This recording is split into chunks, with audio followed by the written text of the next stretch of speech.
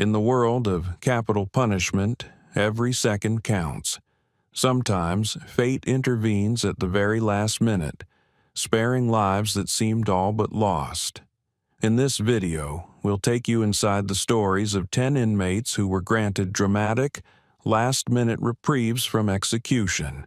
Their cases reveal the complexities, controversies, and rare moments of mercy that shape the ultimate decisions on death row. Ruben Gutierrez.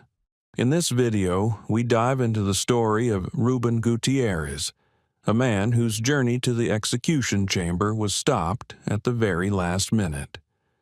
But his saga began decades earlier in Brownsville, Texas. It was September 5th, 1998, a night that would change everything.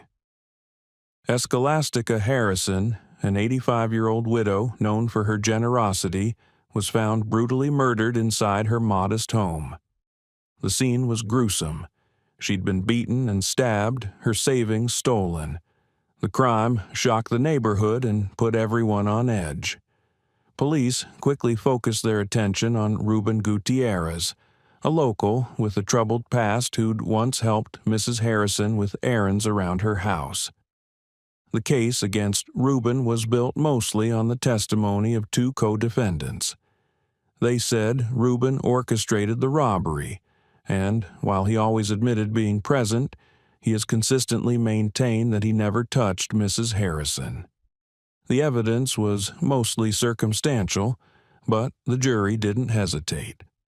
In 1999, Ruben Gutierrez was sentenced to death. For over 2 decades, Ruben sat on death row, insisting on his innocence. His legal team fought for DNA testing on unexamined crime scene evidence, arguing it could clear his name. But Texas courts repeatedly denied these requests. As his execution date approached, the pressure grew. Supporters argued that without modern forensic analysis, the state could be killing an innocent man. July 16, 2024. Just minutes before Ruben was set to be executed by lethal injection, the U.S. Supreme Court issued a rare, last-minute stay. 20 minutes from death, Ruben's fate was put on hold, at least for now. The justices agreed his case deserved another look, especially considering the denied DNA testing. Across social media, the news exploded. Advocates celebrated.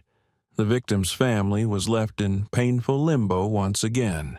If you're wondering what it's like to face death and get pulled back, Ruben Gutierrez's story is one of uncertainty, debate, and the hope that, this time, the truth will come out before it's too late. The fight continues and the world watches, waiting for an answer that may never come. Robert Roberson.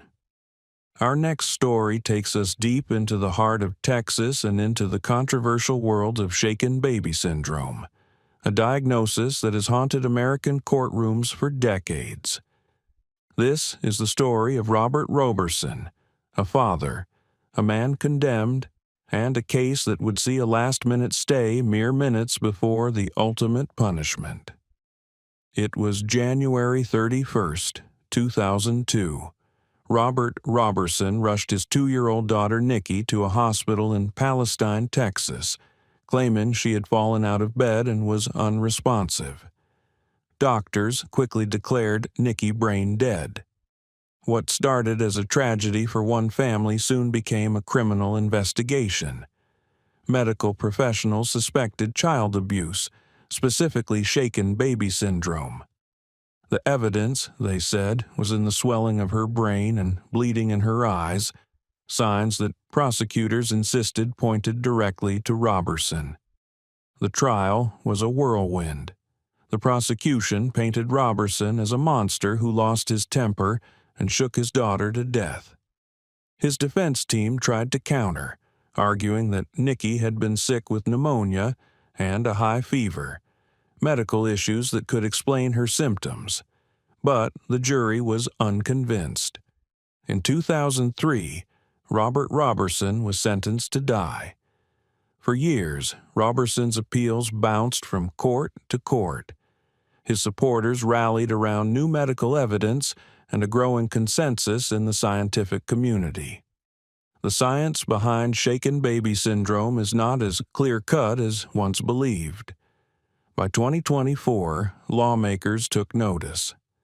A bipartisan group in the Texas House issued a rare subpoena asking Roberson to testify about his case, which forced a pause on his execution. The Texas Supreme Court upheld the stay just minutes before he was scheduled to die. Advocates cheered. For Roberson, it was a gut-wrenching roller coaster, one moment bracing for death, the next clinging to hope. Nikki's family and the public remained deeply divided. Robert Roberson's story isn't just about a father and a lost child. It's a tale of evolving science, the fallibility of the justice system, and the lives caught in the middle. With his execution on hold, his fate, and the broader debate around shaken baby cases, remains unresolved. James Harris, Jr. March 13, 2024, Texas, a state with a long and controversial history on death row, prepared to carry out another execution. This time, the spotlight was on James Harris, Jr., a man whose case would shine a glaring light on the issue of racial bias in the American justice system, and whose final hours would be marked by a stay that came with barely any time left on the clock. James Harris Jr.'s story begins in the summer of 2005. Harris, a young black man from Houston, was arrested and later convicted of capital murder in the shooting death of a local convenience store clerk during an attempted robbery. The evidence against him seemed overwhelming. Surveillance footage, a hurried getaway, and the testimony of a shaky eyewitness. In court, prosecutors described him as a cold-blooded killer. But as the years went by, cracks started to show in the case. Harris and his legal team insisted that his trial was deeply flawed, especially when it came to the jury selection. They argued that black jurors were systematically excluded, replaced by an all-white jury more likely to convict. The appeals began to stack up, and so did the community's concerns. The story made headlines in local papers, igniting debates across Texas and beyond about race, justice, and the ultimate price of a broken system. As his execution date approached, Harris spent his days in solitary, his nights writing letters, sometimes to his mother, sometimes to supporters, and sometimes to the family of the victim, offering what words he could. The days ticked away. The gurney waited. And on March 13, 2024, the Texas Court of Criminal Appeals issued a stunning decision, a stay of execution. The judges agreed that the jury selection process deserved a closer look. Harris was moments from death, yet found himself with a second chance, at least for now. The reaction was instant. Outside the prison, protesters cheered, while others mourned a justice system they felt had let them down. For James Harris, Jr., the waiting game continues. Is it justice delayed or justice finally served? In the end, his fate, and the debate around race and the death penalty, remains far from settled. William Spear. If you spend any time researching Texas executions, you'll find stories of brutality, redemption, and regret. But few are as complex or as debated as that of William Spear, a man whose journey from death row to a last-minute reprieve is as much about the system as it is about the man himself. The year was 1997. William Spear, a young man with a violent past and a childhood scarred by abuse, was already serving time in a Texas prison.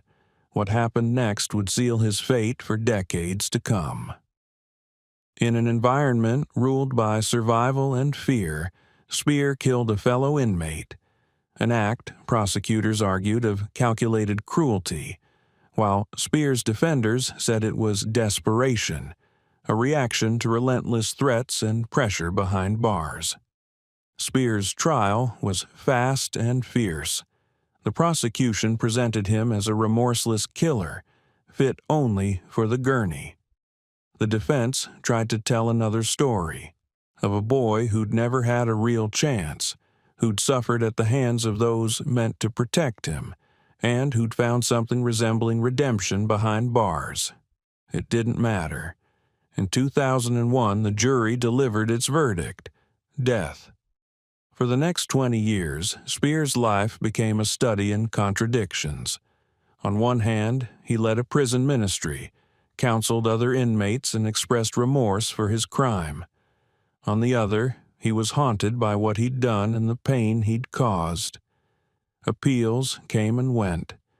His case drew the attention of faith groups, death penalty opponents, and even a few state legislators who questioned whether Texas was executing a changed man.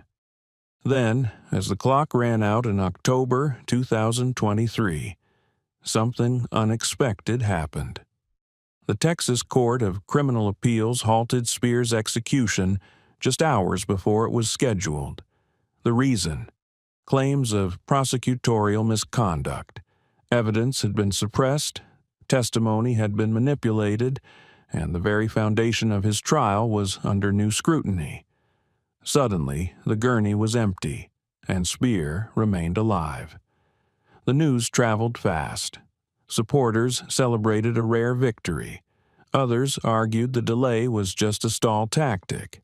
For William Spear, it meant another night, and maybe a lifetime, of reflection on a life marked by violence, faith, and the possibility of second chances. His story is far from over, and so is the debate about what true justice looks like. Jedediah Murphy. The story of Jedediah Murphy is one that cuts right to the core of the death penalty debate. A tale of tragedy, repentance, and legal uncertainty, with a last-minute reprieve that seemed to come out of nowhere. Let's step into the Texas death chamber on October 10, 2023, and trace the journey of a man who became a symbol for both sides of a long-running argument. Jedediah Murphy's life before death row was marked by chaos. Plagued by a traumatic childhood, abuse, and addiction, Murphy's spiral led him to a horrifying act. In 2000, he carjacked and murdered 80-year-old Bertie Lee Cunningham, a crime he later confessed to. The brutality of the killing shocked the Dallas suburb where it occurred. The prosecution was relentless. They painted Murphy as a threat to society, someone whose life could never be redeemed. But as the years passed, something changed. Murphy became deeply religious on death row, joining a prison ministry, writing poetry, and mentoring other inmates. He expressed profound remorse, apologizing to the Cunningham family and even naming his own failings in letters and interviews. Still, his appeals repeatedly failed, until a wave of controversy swept through Texas in the months before his scheduled execution. This time, it wasn't just about guilt or innocence. Murphy's legal team raised urgent questions about the safety and efficacy of the lethal injection drugs. Had the chemicals expired? Would they cause unnecessary pain? At the same time, doubts were cast on the evidence used to brand Murphy as a future danger, a label essential for a Texas death sentence. The execution drew national attention. Hours before Murphy was set to die, a federal appeals court temporarily halted the process, demanding a closer look at the drugs and the evidence. The stay lasted only briefly. The U.S. Supreme Court would later allow the execution to proceed, but the episode cast new doubts on Texas's death penalty system. In his final moments, Murphy recited Psalm 34 and used his last words to ask forgiveness and pray for peace for the victim's family. To some, he died as a changed man. To others, justice was finally served. His story remains an example of the high-stakes, deeply personal battles fought every day on death row, and of how, sometimes, the law itself pauses just long enough for the world to reconsider what it means to end a life. Benjamin Ritchie. May 20th, 2025. Indiana State Prison in Michigan City stood silent in the early morning hours, a thin mist curling around its stone walls. Inside, Benjamin Ritchie awaited what he thought would be his final sunrise. His story, like so many on death row, began with violence. But it's what happened in the last days, even hours before his execution, that caught the nation's attention. Benjamin Ritchie was only 20 when his life intersected with tragedy.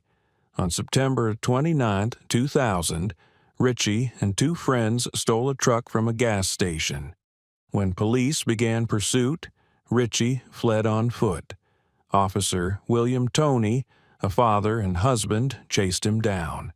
Cornered, Ritchie fired his gun, striking Toney outside the protection of his vest. The officer died in the street. Ritchie was caught the next day, the evidence against him overwhelming. At trial, prosecutors described a cold-hearted killer. The jury saw little room for mercy, sentencing Ritchie to death.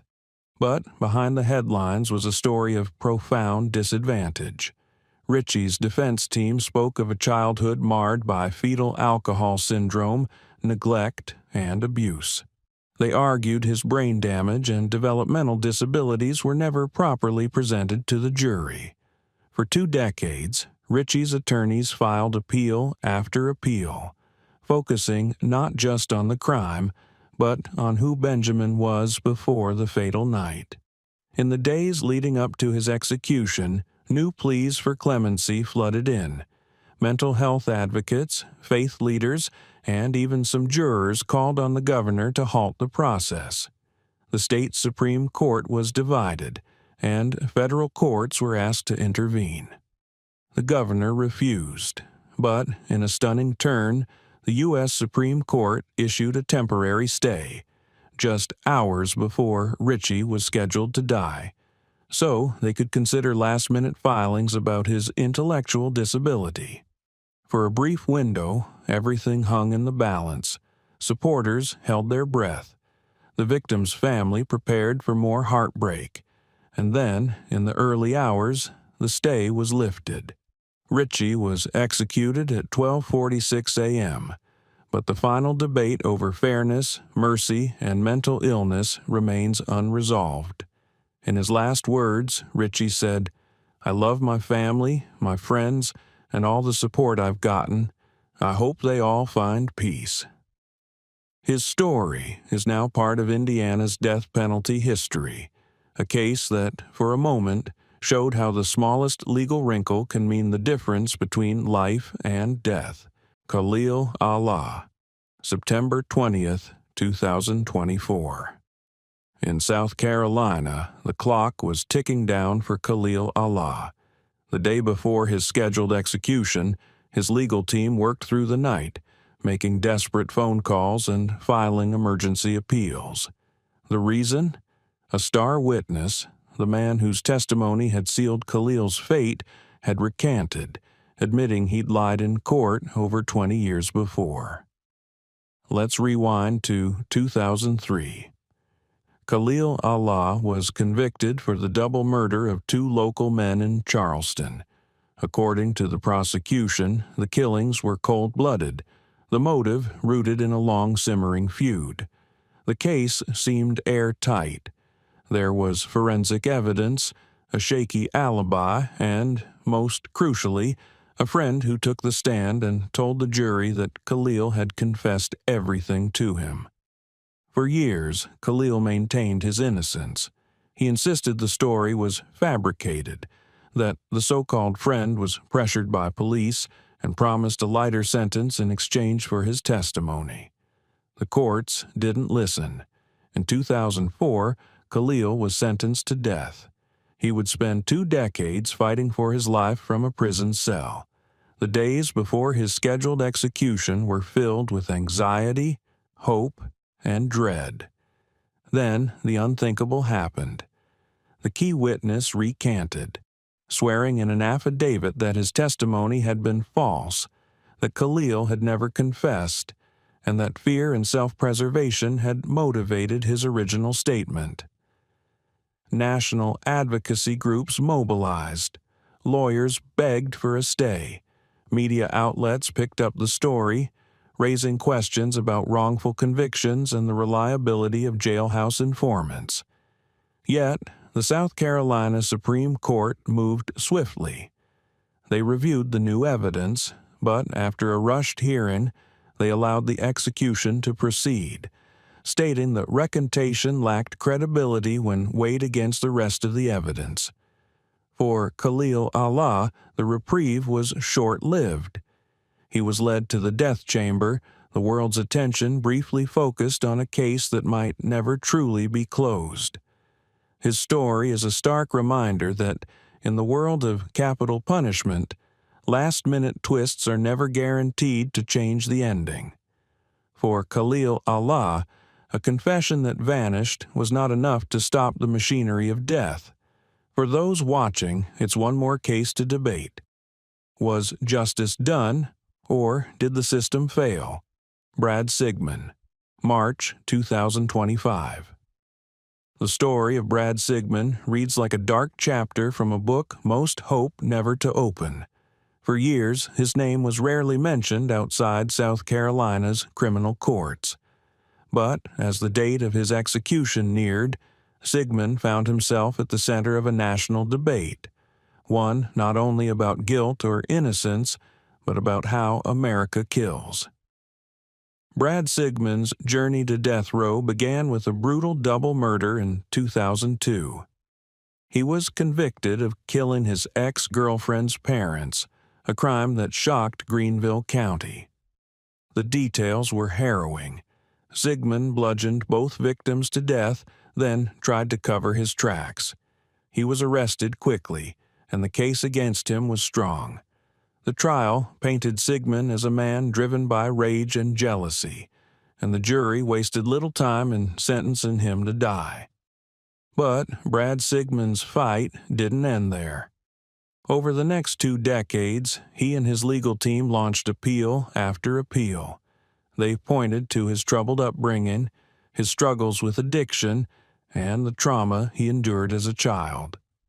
But what really put his case in the headlines was not a question of guilt, but the method of execution itself.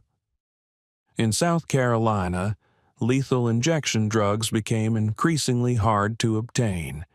The state, in a controversial move, revived the firing squad as an option for death row inmates, something not seen in the United States for 15 years.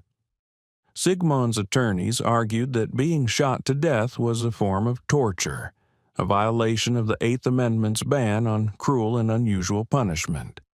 Lawsuits were filed, vigils and protests erupted outside the prison. But the courts held firm, and so did the state. On a cool night in March 2025, Brad Sigmund was led into a stark, brightly lit room. He was strapped into a chair and placed before a wall of sandbags. At his request, his spiritual advisor prayed quietly by his side. Witnesses, some supporters, some silent protesters, some family members of his victims, watched as the firing squad took aim. Sigmund declined a final statement. When the order was given, 3 rifles fired. Sigmund was pronounced dead minutes later. His execution marked the return of a method that many believed had been relegated to history. For some, it was justice. For others, a chilling reminder of the past. Brad Sigmund's story will linger in the public consciousness not only for his crimes, but for the way in which his life was ended. A life shaped by violence, ended by violence, and debated long after the echoes faded from the execution chamber.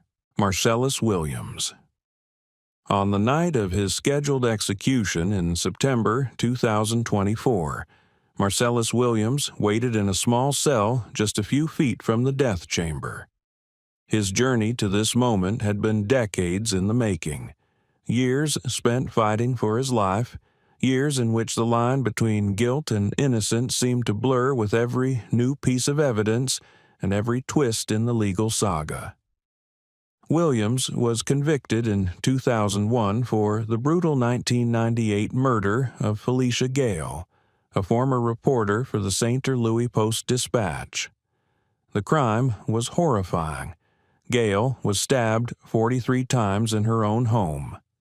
Police quickly zeroed in on Williams, and the prosecution built its case on the testimony of jailhouse informants and the discovery of Gale's stolen laptop, which Williams was accused of pawning. There was no physical evidence linking him to the murder scene, but the jury found the witnesses convincing enough to deliver a death sentence. As years passed, the cracks in the case grew wider. DNA evidence collected from the knife did not match Williams, and his lawyers argued this was definitive proof of his innocence. They claimed that black jurors had been improperly excluded from the trial, raising questions of fairness and racial bias. National advocacy groups and even Missouri's Republican governor began to take notice, calling for a closer look at the evidence and the process that put Williams on death row. The final days were a whirlwind of legal filings and public outcry. Just hours before the execution was set to proceed, defense attorneys launched a flurry of last-minute appeals, citing the recanted testimonies, the DNA evidence, and the questionable jury selection. Protesters gathered outside the prison, holding candles and signs, pleading for a stay. But, in a stark decision, the Missouri Supreme Court denied the stay, ruling that the evidence did not meet the high bar for overturning the verdict. For Williams and his supporters, the decision was devastating, a reminder of how final and unyielding the death penalty can be, even in the face of uncertainty. Marcellus Williams died proclaiming his innocence. His case remains a lightning rod in the debate over wrongful convictions, racial bias, and the ultimate cost of the justice system's fallibility. For some, it's a cautionary tale. For others, a call to action that justice isn't always black and white. Dachinamoorthy Kataya. While the United States has seen its share of dramatic, last-minute reprieves, sometimes the struggle for life on death row reaches far beyond American borders.